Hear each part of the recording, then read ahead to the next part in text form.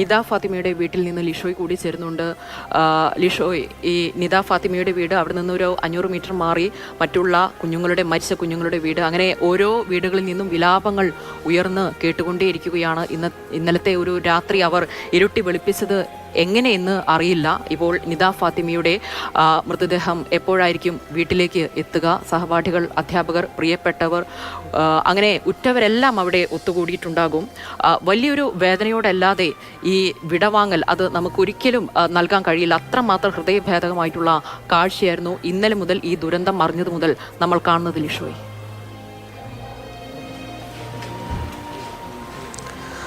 തീർച്ചയായും റിദ ഫാത്തിമയുടെ വീടിന് മുൻപിലാണ് ഞാനുള്ളത്. ഇവിടെ നമുക്ക് എത്തുമ്പോൾ കാണാൻ സാധിക്കുന്നത്, അതായത് ആർക്കും പരസ്പരം സംസാരിക്കാൻ പോലും കഴിയുന്നില്ല. കാരണം അത്രത്തോളം ദുഃഖത്തിലാണ് എല്ലാവരും. ഒരു അപ്രതീക്ഷിതമായി ഉണ്ടായ ഒരു ദുരന്തം അതൊരു നാടിനെ ആകെ, ചെറുള്ളി എന്ന് പറയുന്ന ഈ നാടിനെ ആകെ പൂർണ്ണമായും ദുഃഖത്തിലാഴ്ത്തിയിരിക്കുകയാണ്. റിദ ഫാത്തിമയുടെ വീട് തൊട്ടടുത്താണ്.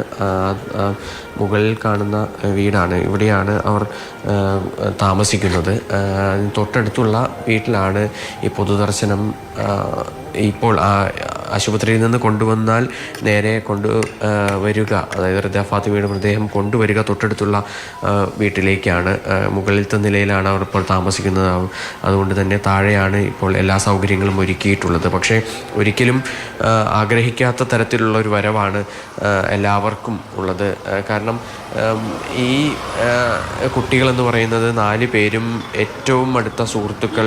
അവർ ജീവിതത്തിലും ഒന്നിച്ച് മരണത്തിലും അവർ ഒന്നിച്ച് പോകേണ്ടി വന്നു എന്നുള്ളൊരു ദുഃഖമാണ് എല്ലാവർക്കും ഉള്ളത്. ഈ റിദയുടെ അച്ഛൻ പിതാവ് റഫീഖ്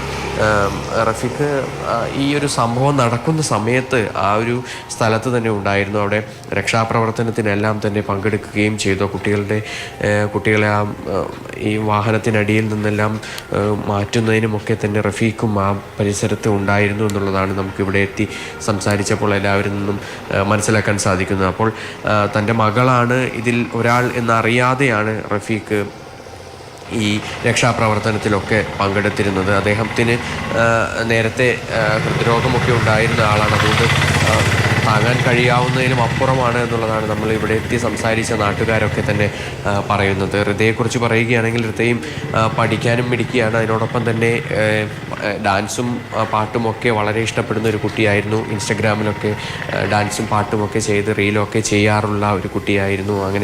അങ്ങനെയും എല്ലാവരുടെയും മനസ്സിൽ നിറഞ്ഞു നിൽക്കുന്ന ഒരു കുട്ടി കൂടിയായിരുന്നു എന്നുള്ളതാണ്. 8ാം ക്ലാസ് മാത്രമേ ആയിട്ടുള്ളൂ എങ്കിലും അതിനോടകം തന്നെ എല്ലാവരുടെയും മനസ്സിൽ വലിയ സ്ഥാനം നേടിയിരുന്ന ഒരു കുട്ടി കൂടിയാണ് റിദ എന്ന് പറയുന്നത്.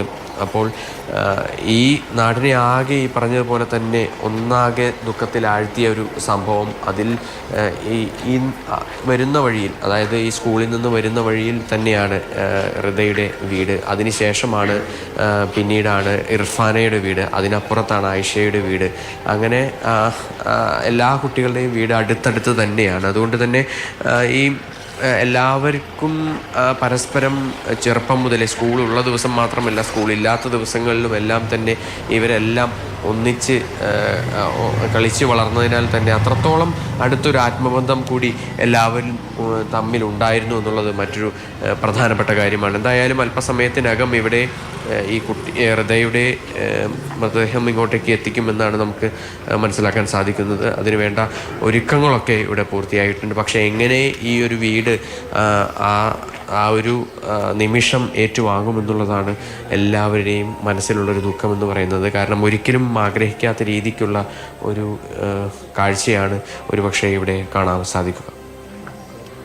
നിദ ഫാത്തിമയുടെ വീട്ടിൽ നിന്നാണ് ലിഷോയ് വിവരങ്ങൾ പങ്കുവെക്കുന്നത്. തീർച്ചയായും ഇത് വലിയൊരു നോവായി മാറുകയാണ്. ഈ 4 പേരുടെയും ചേതനയറ്റ ദേഹങ്ങൾ അതാണ് വീടുകളിലേക്ക് എത്താൻ പോകുന്നത്.